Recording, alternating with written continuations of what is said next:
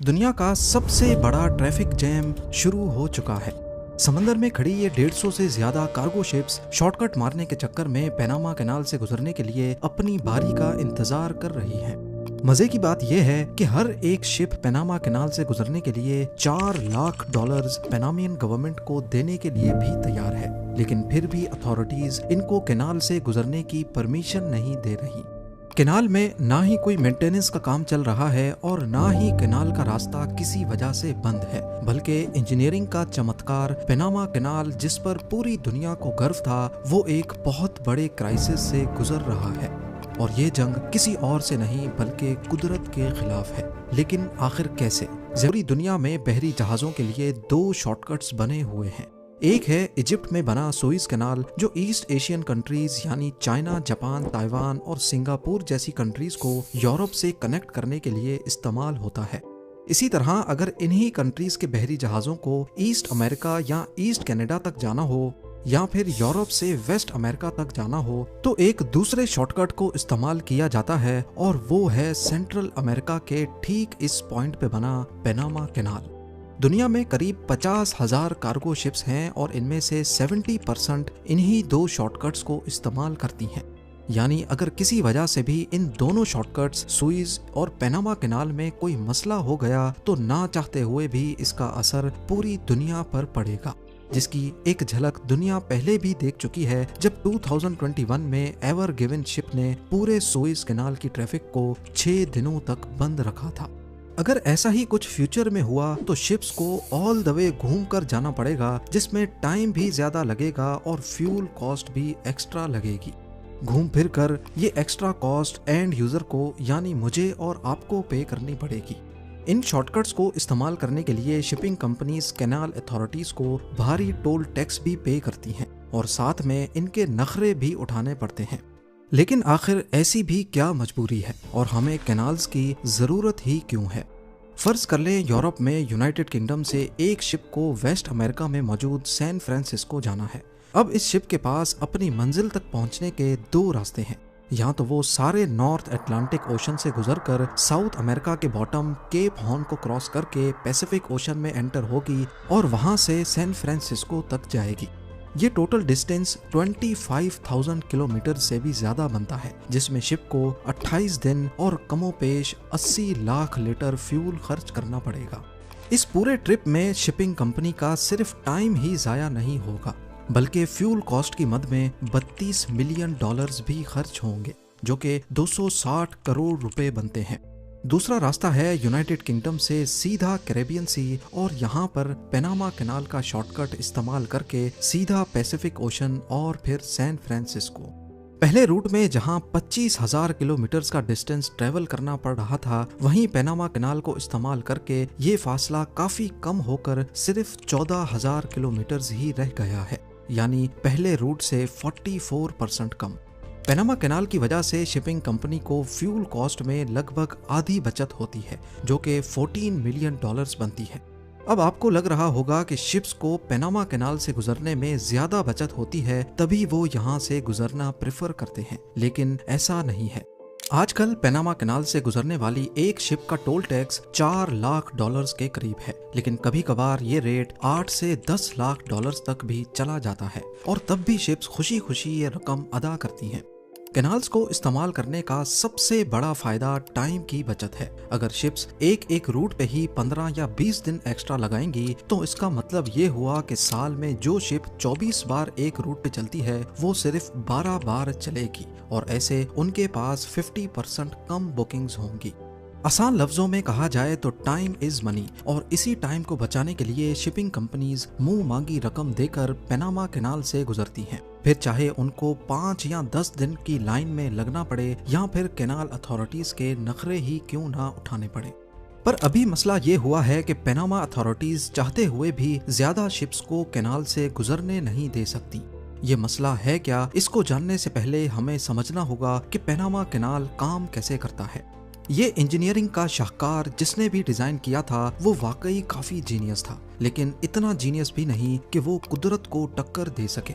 Panama strip पर गौर किया जाए तो ये 30 किलोमीटर चौड़ी सेंट्रल अमेरिका में मौजूद एक जमीनी पट्टी है जिसकी दोनों साइड्स पे ओशन मौजूद है। यहाँ सुइज जैसा कैनाल नहीं खोदा जा सकता था क्योंकि यहाँ की जमीन सी लेवल से 30 मीटर की ऊंचाई पर है।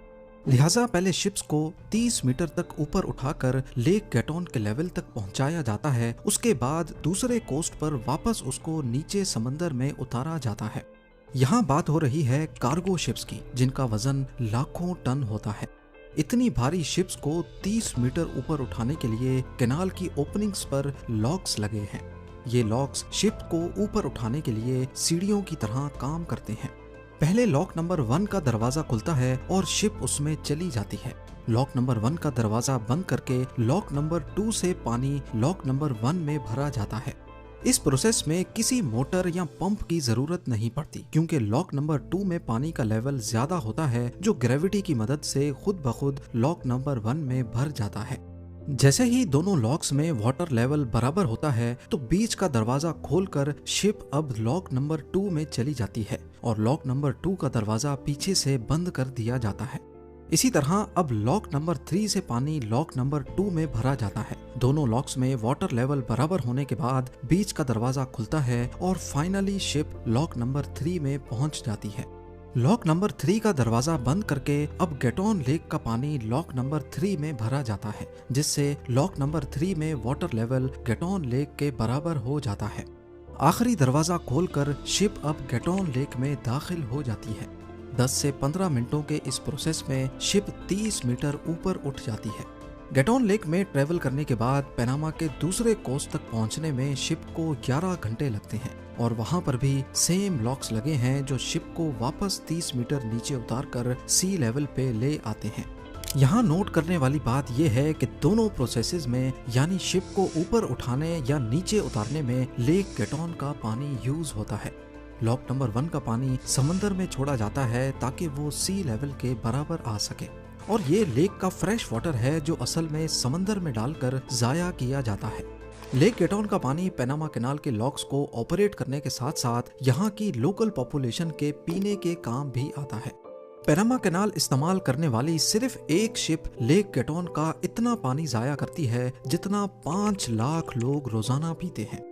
अपने पीक पर पैनामा कैनाल से रोजाना 38 शिप्स गुजरती हैं, यानी एक ही दिन में 1 करोड़ 90 लाख लोगों का पानी समंदर में बहा दिया जाता है। लेक गैटोन एक बहुत बड़ी लेक है, करीब एक एवरेज साइज की सिटी जितनी। बारिश का पानी आसपास के पहाड़ों से बहकर लेक गैटोन में जमा होता है जो शिप्स की वजह से जाया होने वाले पानी की कमी को पूरा करता रहता है। 110 साल पहले जब पैनामा कैनाल बनाया गया था तब ये किसी के वहमो गुमान में भी नहीं था कि अगर लेक गैटोन में बारिश का पानी कम हो गया तब क्या होगा। और यही मसला आज पैनामियन गवर्नमेंट के गले पड़ चुका है। जी हाँ, हर 7 सालों के बाद एक लहर आती है जिसमें पैनामा के एरिया में बारिशें बहुत कम हो जाती हैं। ये क्राइसिस हर बार मजीद गंभीर होता जा रहा है और अब की बार यहाँ हालत इतनी खराब है कि पिछले साल 2023 में यहाँ बारिशें नहीं हुई और वेदर डिपार्टमेंट ने 2024 में भी बहुत कम बारिशों की प्रेडिक्शन की है। इस चीज को देखते हुए पैनामा अथॉरिटीज के पास सिर्फ 2 ऑप्शंस बचे हैं, या तो वो कैनाल चला लें या फिर अपने लोगों को पीने का पानी प्रोवाइड करें। कैनाल से इनको 4.32 बिलियन डॉलर्स की सालाना आमदनी होती है जो पैनामा कंट्री की टोटल जीडीपी का एक बहुत बड़ा हिस्सा है। अगर कैनाल बंद करते हैं तो इनकम अफेक्ट होती है और अगर कैनाल खोलते हैं तो पीने के लिए पानी का मसला खड़ा हो जाता है। पंप्स लगाकर भी समंदर का पानी लेक गैटोन में नहीं डाल सकते क्योंकि उससे कैनाल तो आसानी से ऑपरेट हो जाएगा लेकिन फिर लेक का पानी खारा हो जाएगा जो फिर पीने के काबिल नहीं बचेगा।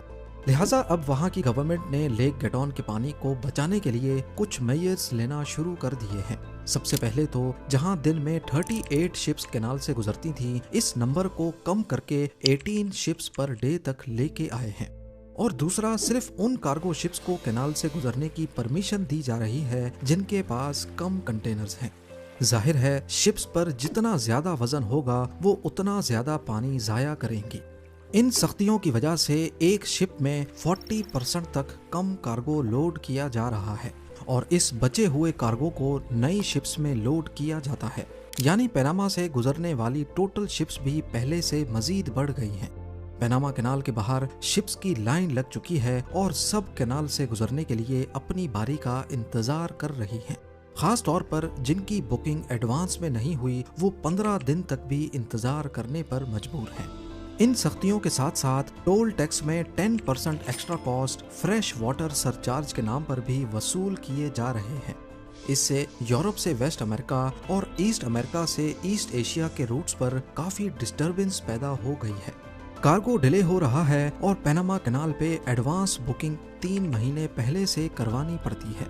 यानी जो गुड्स अभी फैक्ट्री में मैन्युफैक्चर हो रहे हैं उनकी डिलीवरी के लिए पनामा कैनाल की बुकिंग मैन्युफैक्चरिंग से भी पहले करवानी पड़ रही है, वो भी महंगे दामों पर।